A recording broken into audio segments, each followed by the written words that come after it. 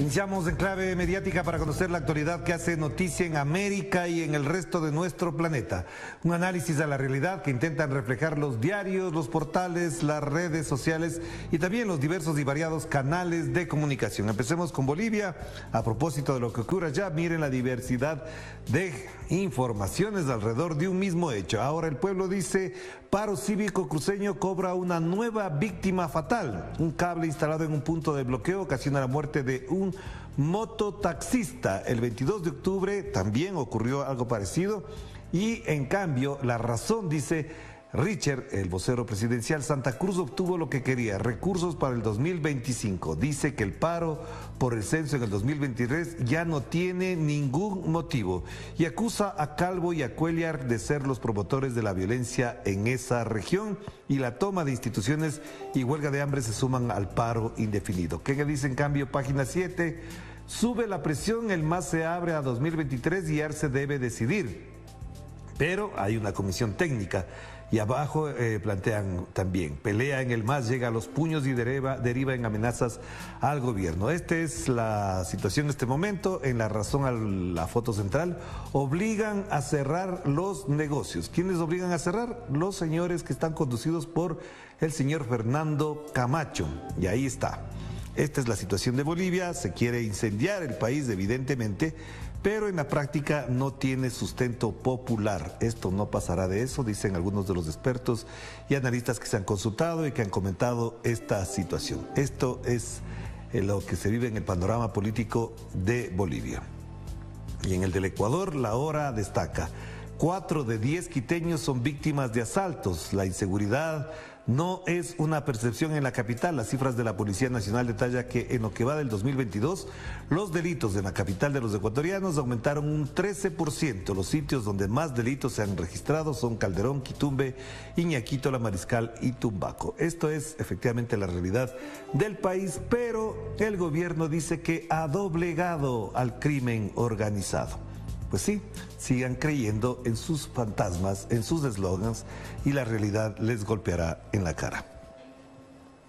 Últimas noticias de Caracas en este día jueves 10 de noviembre, reitero, también se destacan algunas informaciones. Venezuela y Colombia blindan la frontera. Comandantes militares y policiales de los dos países se reunieron en Táchira. Ayer se dio el primer encuentro de comandantes territoriales, militares y policiales de fuerzas militares fronterizas entre Colombia y Venezuela. Hemos dado otro paso fundamental en el proceso de normalización de las relaciones, afirmó el general Vladimir Padrino, ministro de la Defensa o comandante de las Fuerzas Armadas de Venezuela. Si esto ocurriera, por ejemplo, en la frontera entre Ecuador y Colombia, otro sería el cantar para la lucha contra el narcotráfico.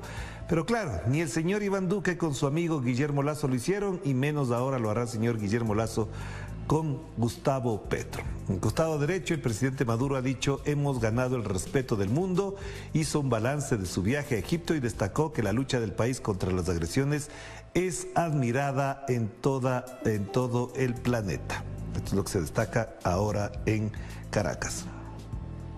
Y en México, la portada de Milenio dice lo que ha destacado en su intervención el señor Slim, uno de los hombres más ricos del mundo, Carlos Slim. Las economías de Canadá y Estados Unidos necesitan a México, no a China. El empresario participó en un acto con la Corte y la UNAM y dice que percibe un país boyante, en crecimiento sostenido y con oportunidad de empleo. A diferencia de lo que están mencionando otros medios de comunicación, este empresario, uno de los hombres más ricos del mundo, plantea esta situación. Y en el costado derecho destaquemos esto: se desvanece la avalancha republicana, destaca Milenio.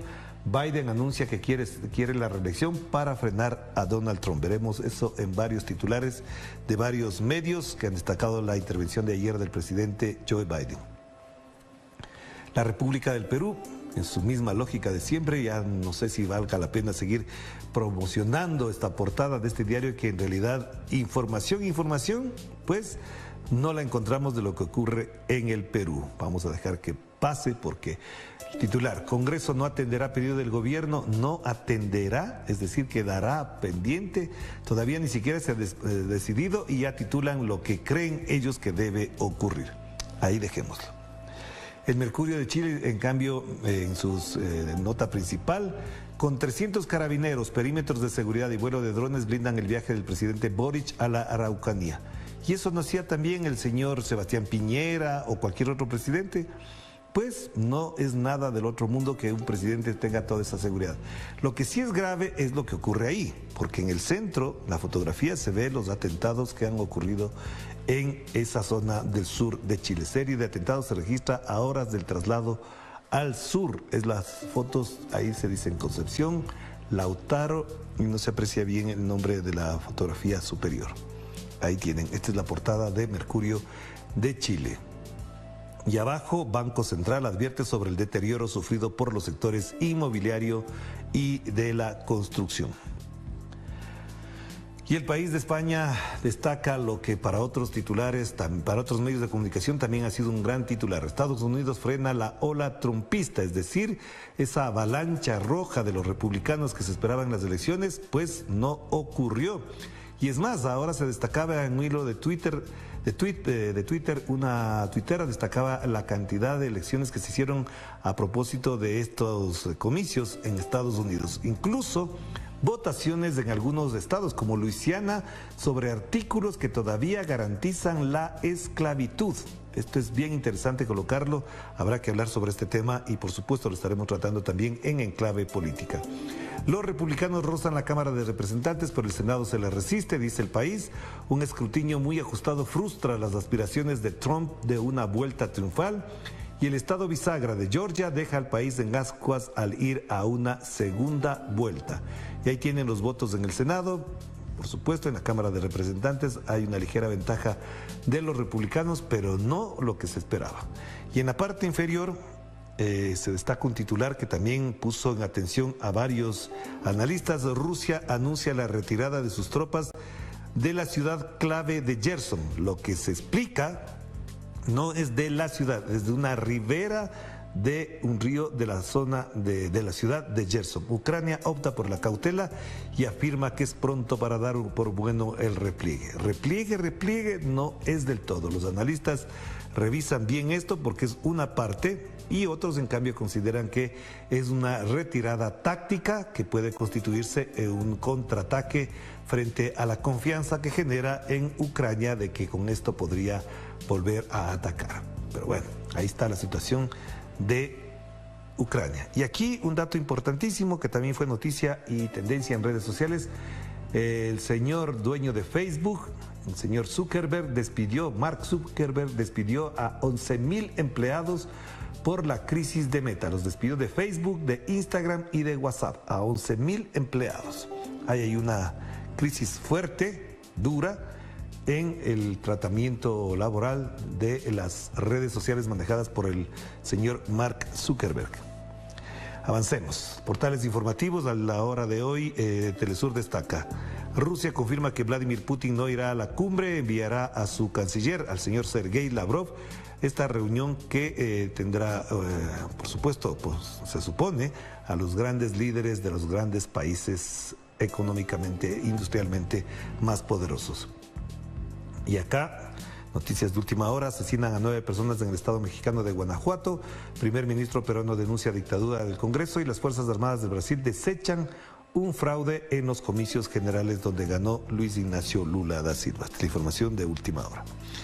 Y Nodal destaca lo que mencionábamos de Bolivia. La mesa de diálogo concluye y propone realizar el censo entre el marzo y abril del 2024, pero lo que no se menciona ahí es cómo se podría calmar a los santacruceños, otorgándoles los recursos para el año 2023, 2024 y 2025 sin necesidad de que ocurra este censo. Vamos cerrando con la agencia EFE, que como siempre destaca en primer plano al señor Biden. La agencia EFE es de origen española, pero se dedica a darle todo el despliegue al señor Biden. Biden dice que se presentará en el 2024 y evitará que Trump sea presidente. Bueno, ese es su propósito. Veamos, ahí no hay más. RT, lo que mencionábamos, sigue la contienda por el Senado entre demócratas y republicanos. ¿Qué se sabe hasta ahora? Este es el análisis que hace este momento RT. Y Biden sobre las elecciones en Estados Unidos. La gran ola roja no se ha producido. Y también hay otras informaciones como las que ya mencionábamos antes de eso. Rusia anuncia la retirada de tropas de la orilla derecha del río Dnieper de la región de Gerson. Ahí está explicado con claridad. Lo ponemos en destaque ahí. Rusia anuncia la retirada de tropas en la orilla derecha del río Dnieper en la región de Gerson. No es que se retira de la ciudad de Gerson completamente, como se ha destacado, para, por supuesto, desinformar. Hagamos la pausa y enseguida volvemos con más de Enclave Mediática.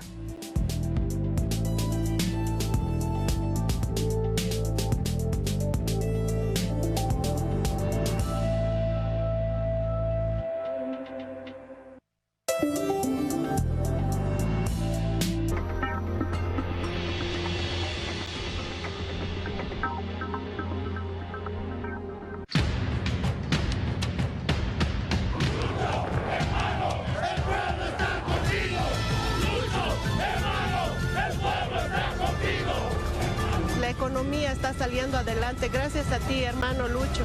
Jóvenes, mayores del campo y la ciudad, estamos reconstruyendo Bolivia. Estamos aquí apoyando la gestión del hermano presidente. El apoyo siempre incondicional para el desarrollo de nuestra patria. Apoyamos a nuestro presidente. Hermano Lucho, estoy contigo. Lucho, estamos contigo. Deben estar seguros que no nos mueven ambiciones personales, ambiciones económicas, ni ambiciones de poder. Nos mueven principios y valores revolucionarios que nunca se doblegará ni nunca se doblegaron. Muchas gracias, pueblo boliviano.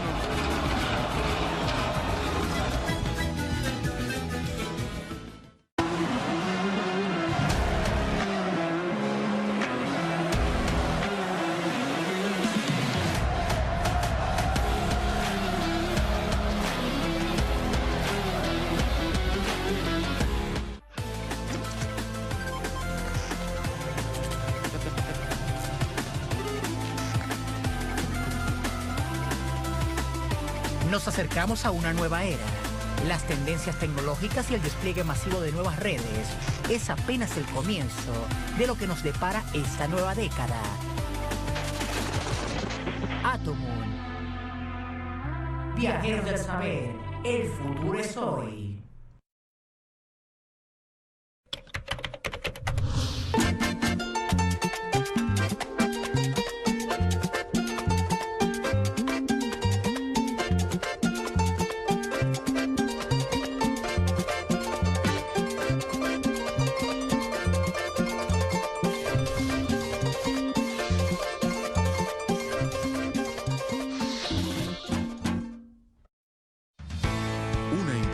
Al encuentro con el destacado periodista Luis Hernández Navarro en un espacio para analizar los diferentes hechos que engloban los sucesos políticos de la región.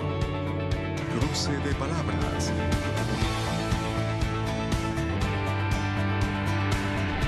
Martes, solo por Telesur.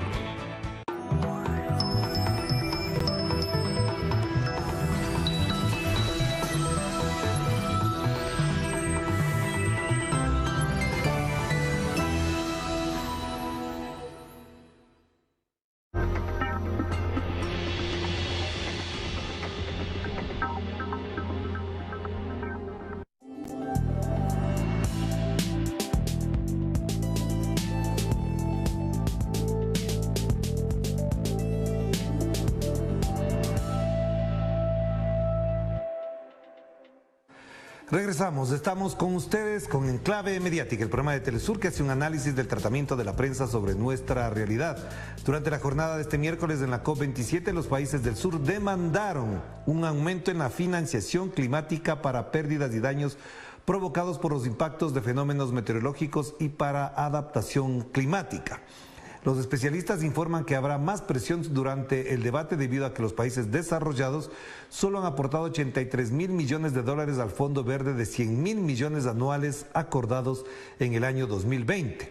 Además, resaltan la importancia de la ayuda de los organismos multilaterales y los bancos de desarrollo multilateral para enfrentar la falta de financiamiento. Además, en las negociaciones se trata la demanda de disminuir de las emisiones de gases de efecto invernadero por parte de los países industrializados o la eliminación de los combustibles fósiles. Y en Estados Unidos, según los primeros resultados electorales, los republicanos recuperan la Cámara de Representantes mientras se mantiene una estrecha disputa por el control del Senado. Los comicios de medio término llegan a su fin y los republicanos se proyectan como ganadores para hacerse con el control de la Cámara de Representantes y de momento empatan con los demócratas en el Senado.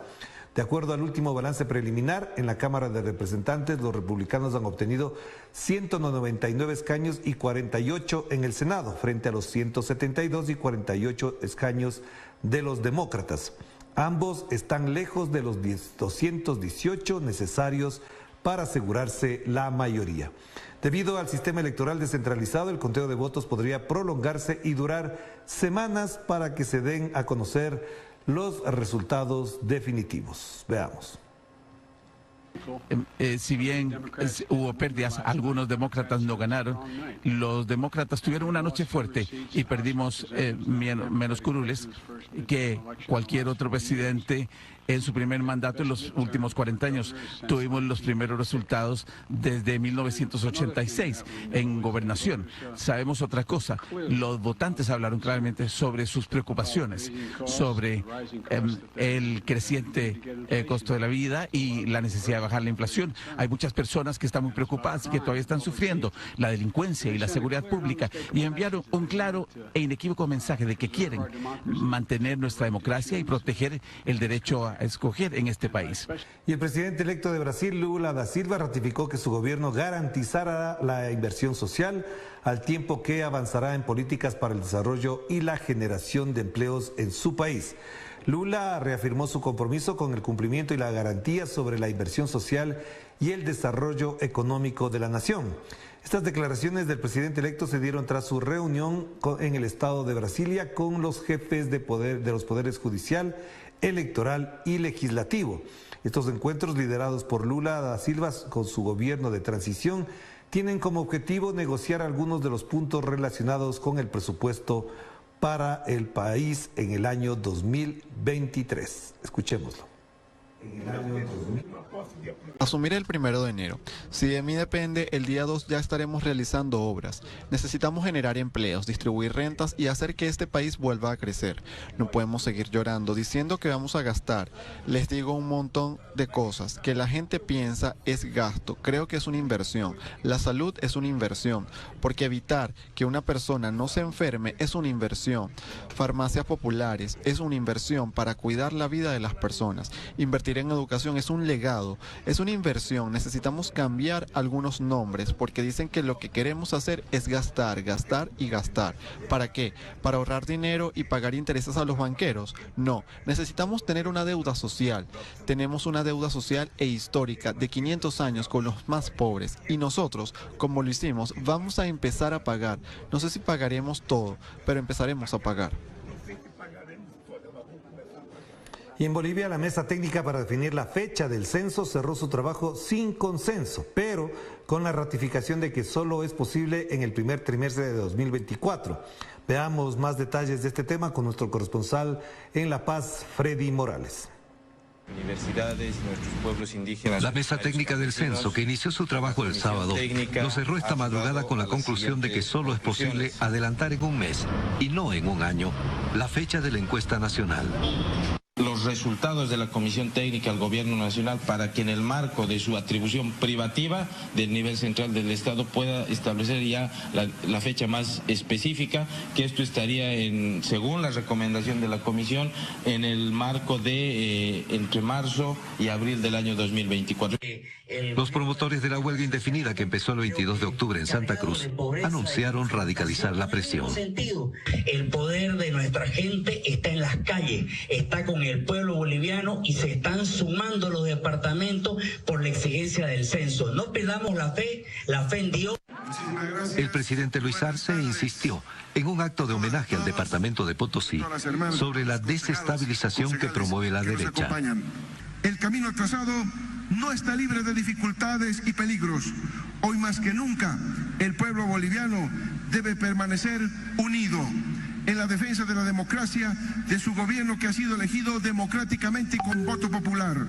Hoy más que nunca debemos cerrar filas contra todos los intentos de la derecha reaccionaria que, valiéndose de uno y otro pretexto y con la ayuda de los poderosos medios de comunicación que les son funcionales, procura mostrar a Bolivia como un país en crisis y profundamente dividido.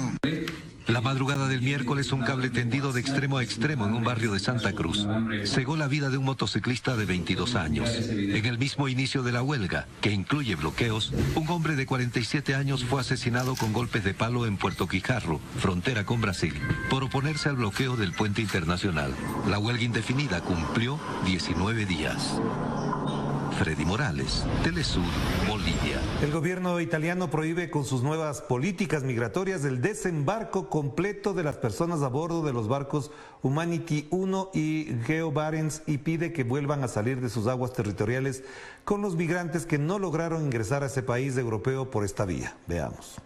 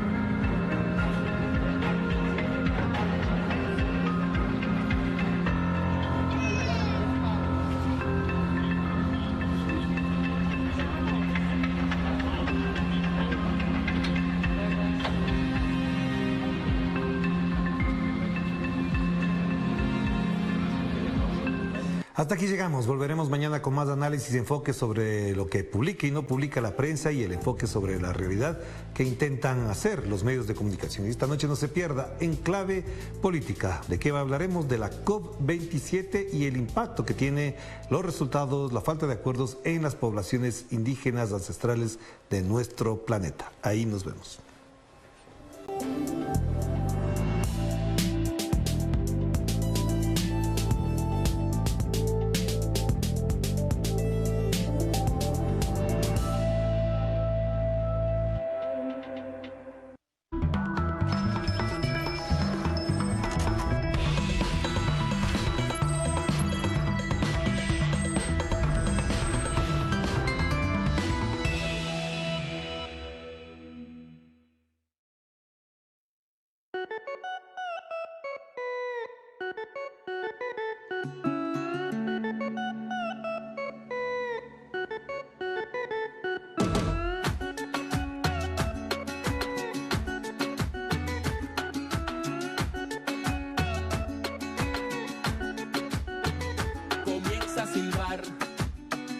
De vuelta a la fe, el himno de mi verdad.